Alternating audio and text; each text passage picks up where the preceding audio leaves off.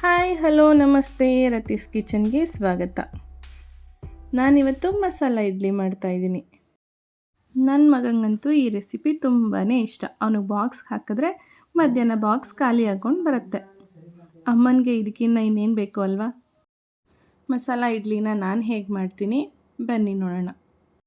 Beans ತೊಗೊಂಡಿದ್ದೀನಿ, ಈರುಳ್ಳಿ ತೊಗೊಂಡಿದ್ದೀನಿ, ನಿಂಬೆಹಣ್ಣು, ಕ್ಯಾರೆಟು, ಕ್ಯಾಪ್ಸಿಕಮ್ ಮತ್ತು ಕರಿಬೇವು ಸೊಪ್ಪು, ಕೊತ್ತಂಬರಿ ಸೊಪ್ಪನ್ನ ಹೆಚ್ಚಿಟ್ಕೊಂಡಿದ್ದೀನಿ. ಈಗ ಒಂದು ಬಾಣಲಿಲಿ ಎಣ್ಣೆ ಹಾಕಿ ಸ್ವಲ್ಪ ಸಾಸಿವೆ ಹಾಕಿ ಅದಕ್ಕೊಂದೆರಡು ಮೆಣಸಿನ್ಕಾಯಿ ಹಾಕಿ ಒಂದು ಸ್ವಲ್ಪ ಕರಿಬೇವು ಸೊಪ್ಪು ಹಾಕಿ ಒಗ್ಗರಣೆನ ಹಾಕ್ಕೊಳ್ಳಿ. ಅದಕ್ಕೇ ಕ್ಯಾಪ್ಸಿಕಮ್ನ ಹಾಕ್ಕೊಳ್ಳೋಣ. ಯಾಕೆಂದರೆ ಕ್ಯಾಪ್ಸಿಕಮ್ ಸ್ವಲ್ಪ ಹಸಿ ವಾಸನೆ ಹೋದರೆ ಚೆನ್ನಾಗಿರುತ್ತೆ ಇದು. ಹಾಗಾಗಿ ಈಗ ಅದಕ್ಕೇ 2 ಈರುಳ್ಳಿ ಕಟ್ ಮಾಡ್ಕೊಂಡಿದ್ದೀವಲ್ಲ ಅದನ್ನು ಹಾಕ್ಕೊಂಡು ಬಾಡಿಸ್ಕೊಳ್ಳೋಣ.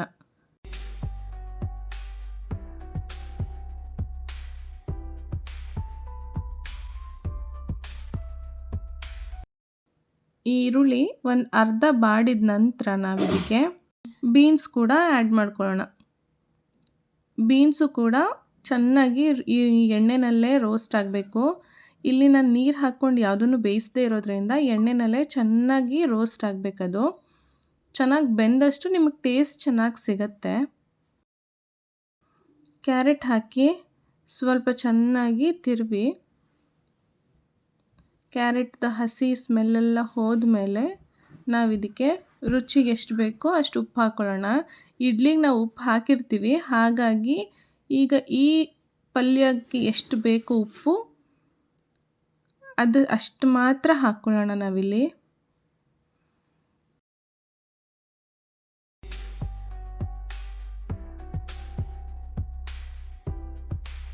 ನೋಡಿ ಸ್ವಲ್ಪ ಉಪ್ಪು ಹಾಕ್ಕೋತಾ ಇದ್ದೀನಿ. ಇಲ್ಲಿ ನೀವು ಸ್ಪೈಸಿ ಬೇಕು ಅಂದರೆ ಹಸಿಮೆಣ್ಸಿನ್ಕಾಯಿನೂ ಕೂಡ ಆ್ಯಡ್ ಮಾಡ್ಕೋಬಹುದು. ನನಗೆ ಇಲ್ಲಿ ನನ್ನ ಮಗ ತಿನ್ನೋದ್ರಿಂದ ನಾನಿಲ್ಲಿ ಹಸಿಮೆಣ್ಸಿನ್ಕಾಯಿ ಆಗಲಿ ತುಂಬ ಸ್ಪೈಸಿನ ಆ್ಯಡ್ ಮಾಡ್ತಾಯಿಲ್ಲ. ಇದನ್ನು 4 ಗಂಟೆ ಟೈಮಲ್ಲಿ ಈಗ ಬೆಳಿಗ್ಗೆ ಇಡ್ಲಿ ಮಾಡಿರ್ತೀರ, ಮಿಕ್ಕೊಂಡಿರತ್ತೆ. 4 ಗಂಟೆ ಟೈಮಲ್ಲಿ ಈ ಥರ ಮಾಡಿಬಿಟ್ಟು ಕೊಟ್ಟು ಒಂದು ಲೋಟ ಕಾಫಿ ಕುಡಿದ್ರೆ ಸಖತ್ತಾಗಿರೋ ಸ್ನ್ಯಾಕ್ಸ್ ನಿಮಗಾಗತ್ತೆ. ನೀವು ಹೋಗಿ ಪಾನಿಪುರಿ ಗೋಬಿ ತಿನ್ನೋದಕ್ಕಿಂತ ಇದು ತುಂಬಾ ಚೆನ್ನಾಗಿರುತ್ತೆ. ಈಗ ನಾನಿಲ್ಲಿ ಬೇಯೋಕ್ಕಿಟ್ಟು ಅದನ್ನು ಮುಚ್ಚಿಬಿಡ್ತೀನಿ. ಸ್ಲೋನಲ್ಲಿಟ್ಟು ನಾನು ಅದು ಬೇಯೋ ಅಷ್ಟರಲ್ಲಿ ಇಡ್ಲಿನ ಹೆಚ್ಚಿಟ್ಕೊತೀನಿ.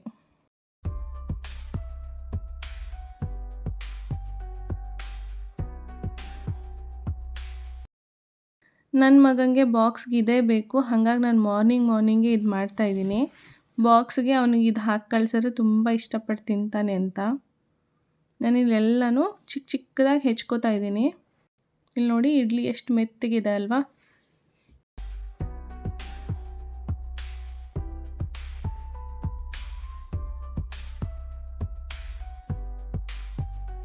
ಚೆನ್ನಾಗಿ ಈ ಸೈಜಲ್ಲಿ ಹೆಚ್ಕೊತಿದ್ದೀನಿ. ನೀವು ಇನ್ನೂ ಚಿಕ್ಕದು ಬೇಕು ಅಂದರೂ ಹೆಚ್ಕೊಳ್ಳಿ. ನಾನಿಲ್ಲಿ ಈ ಸೈಜಲ್ಲಿ ಹೆಚ್ಕೊತಿದ್ದೀನಿ, ಯಾಕಂದರೆ ಅವ್ನು ತಿನ್ನೋಕ್ಕೆ ಸಿಗಲಿ ಅನ್ನೋದಕ್ಕೋಸ್ಕರ.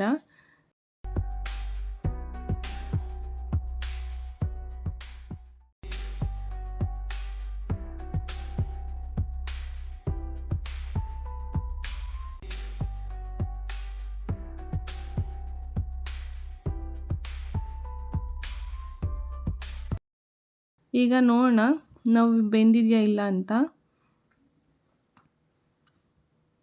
ನೀರು ಹಾಕ್ಕೋಬೇಡಿ, ಹಾಗೇ ಚೆನ್ನಾಗಿ ಸುಂಡಿಸ್ಬೇಕು ಇದನ್ನು.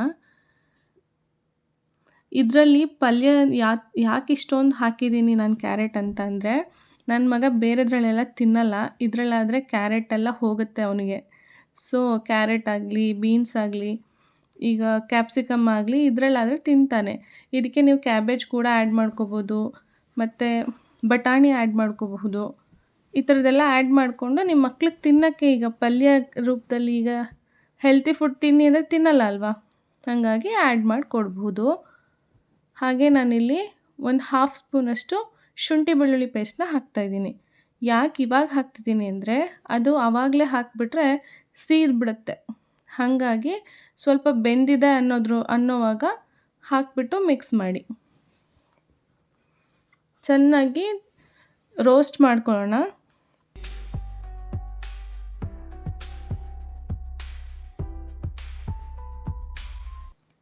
ಈಗ ಆಲ್ಮೋಸ್ಟ್ ಬೆಂದಿದೆ. ನಾನು ಇದಕ್ಕೆ ಸ್ವಲ್ಪ ಅರಿಶಿಣದ ಪುಡಿ,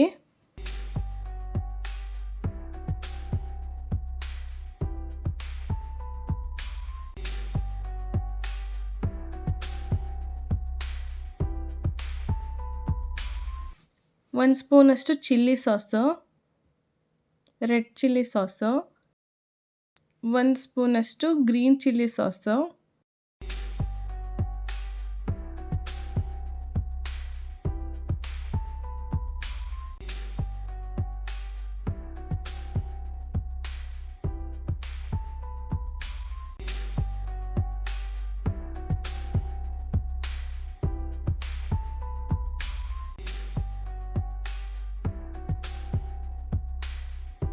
ನಾನಿಲ್ಲಿ ಯಾಕೆ ಒಂದೊಂದೇ ಸ್ಪೂನ್ ಹಾಕ್ತಾಯಿದ್ದೀನಿ ಅಂದರೆ, ತುಂಬ ಸಾಸ್ಗಳನ್ನ ಬಳಸಬೇಡಿ. ಅದು ಟೇಸ್ಟ್ಗೋಸ್ಕರ ನಾನು ಹಾಕ್ತಿದ್ದೀನಿ ಅಷ್ಟೇ ಇಲ್ಲಿ ನಾನು 1 ಸ್ಪೂನಷ್ಟು ಸೋಯಾ ಸಾಸ್ ಹಾಕಿ ಆ್ಯಂಡ್ 1 ಸ್ಪೂನಷ್ಟು ಟೊಮೆಟೊ ಸಾಸನ್ನ ಹಾಕ್ತಾಯಿದ್ದೀನಿ. ನಾನಿಲ್ಲಿ ಟೊಮೆಟೊ ಸಾಸನ್ನ ಅವನಿಗೆ ಸೈಡ್ಗೆಲ್ಲ ಹಾಕ್ಕೊಡಲ್ಲ ನಂಚ್ಕೊಳ್ಳೋಕ್ಕೆ. ಸೊ ಇದಕ್ಕೆ ಹಾಕಿ ಸ್ವಲ್ಪ ಸ್ವೀಟ್ನೆಸ್ ಬರೋಕ್ಕೋಸ್ಕರ ಹಾಕ್ತಿದ್ದೀನಿ ಅಷ್ಟೇ. ಇದೆಲ್ಲನೂ ಹಾಕಿದ್ರೆ ಸ್ವಲ್ಪ ಗೋಬಿ ಆ ಥರದ್ದು ಫ್ಲೇವರ್ ಬರುತ್ತೆ ಅನ್ನೋದಕ್ಕೋಸ್ಕರ ಹಾಕ್ತಿದ್ದೀನಿ ಅಷ್ಟೇ. ಇಲ್ಲ ಹಾಗೇನೂ ಮಾಡಿಕೊಡ್ಬಹುದು. ಬಟ್ ಇದು ಹಾಕಿದ್ರೆ ಅವ್ನಿಗೆ ತುಂಬ ಇಷ್ಟ ಆಗುತ್ತೆ. ಬಟ್ ಜಾಸ್ತಿ ಈ ಸಾಸ್ಗಳೆಲ್ಲ ಕೊಡಬಾರ್ದು ಅಂತ ನಾನು ಜಾಸ್ತಿ ಹಾಕ್ತಾಯಿಲ್ಲ, ಸ್ವಲ್ಪ ಸ್ವಲ್ಪನೇ ಹಾಕ್ತಿದ್ದೀನಿ. ಬಟ್ ಕ್ವಾಂಟಿಟಿ ಜಾಸ್ತಿ ಹಾಕ್ತೀನಿ ಇಡ್ಲಿದಲ್ಲಿ, ಯಾಕಂದರೆ ಅವ್ನು ಬಾಕ್ಸ್ಗೂ ಆಗಬೇಕು, ಇವಾಗ ತಿನ್ನೋಕ್ಕೂ ಕೊಡಬೇಕು. ಹಾಗಾಗಿ ಇದನ್ನು ಸ್ವಲ್ಪ ಒಂದು 5 ನಿಮಿಷ ಅಷ್ಟು ರೋಸ್ಟ್ ಮಾಡ್ಕೊಳ್ಳಿ ಚೆನ್ನಾಗಿ.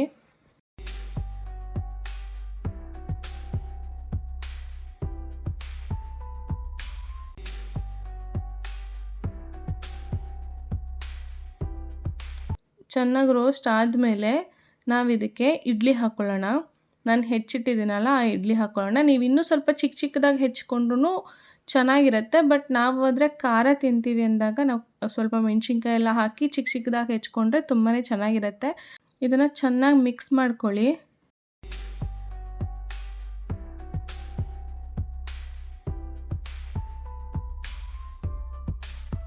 ಚೆನ್ನಾಗಿ ಮಿಕ್ಸ್ ಮಾಡಿಕೊಂಡು ಒಂದು ಸ್ವಲ್ಪ ಹೊತ್ತು ಇದನ್ನು ಮುಚ್ಚಳ ಮುಚ್ಚಿ ಇಟ್ಬಿಡೋಣ.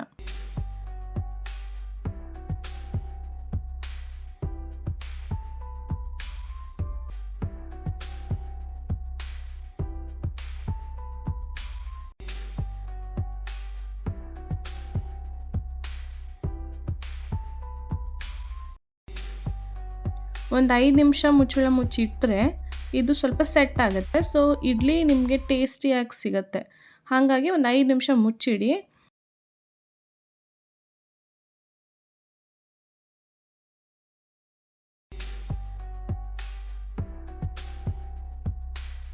ಈಗ ನನಗೊಂದು 5 ನಿಮಿಷ ಆಗಿದೆ.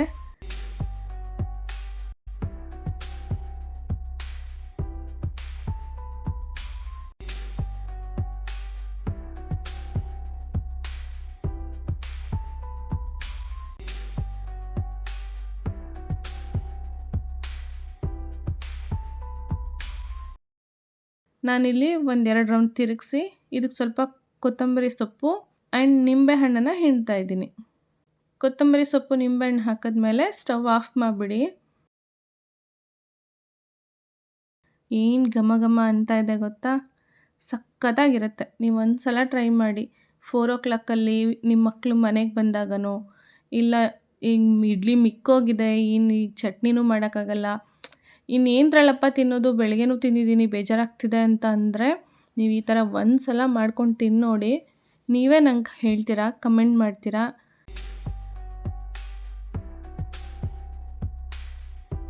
ಈಗ ನೀವು ಸರ್ವ್ ಮಾಡಿ.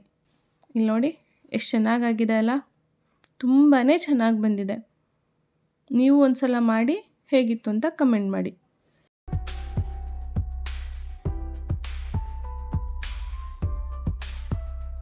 ಹಾಗೆ ಅವ್ನು ತಿನ್ನೋಕ್ಕೂ ಕೂಡ ಇವಾಗ ಅದನ್ನೇ ಕೊಟ್ಟಿದ್ದೀನಿ. ಅವನಿಗೆ ತುಂಬ ಇಷ್ಟ ಆಗಿದೆ ನೋಡಿ, ಅವನಿಗೆ ತುಂಬ ಇಷ್ಟ ಆಗಿದೆ ಅಂತ ಹೇಳ್ತಾ ಇದ್ದಾನೆ. ಇಲ್ಲಿ ನನ್ನ ಮಗನ ಬಾಕ್ಸ್ಗೂ ಕೂಡ ನಾನು ಹಾಕ್ತಾಯಿದ್ದೀನಿ. ಹೇಗಿತ್ತು ಅಂತ ಕಮೆಂಟ್ ಮಾಡಿ ಆ್ಯಂಡ್ ಲೈಕ್ ಮಾಡಿ, ಶೇರ್ ಮಾಡಿ. ನಿಮಗೆ ಬೇರೆ ಯಾವುದಾದ್ರೂ ರೆಸಿಪಿ ಬೇಕಿದ್ರೂ ಪ್ಲೀಸ್ ನನಗೆ ಏನು ರೆಸಿಪಿ ಬೇಕು ಅಂತ ಕಮೆಂಟಲ್ಲಿ ಹಾಕಿ, ನಾನು ಮತ್ತೆ ನೆಕ್ಸ್ಟ್ ವೀಡಿಯೋದಲ್ಲಿ ಮಾಡಿ ತೋರಿಸ್ತೀನಿ. ಇವತ್ತಿನ ಲಂಚ್ ಬಾಕ್ಸ್ ಖಾಲಿ ಆಗುತ್ತೆ. ಓಕೆ ಬಾಯ್.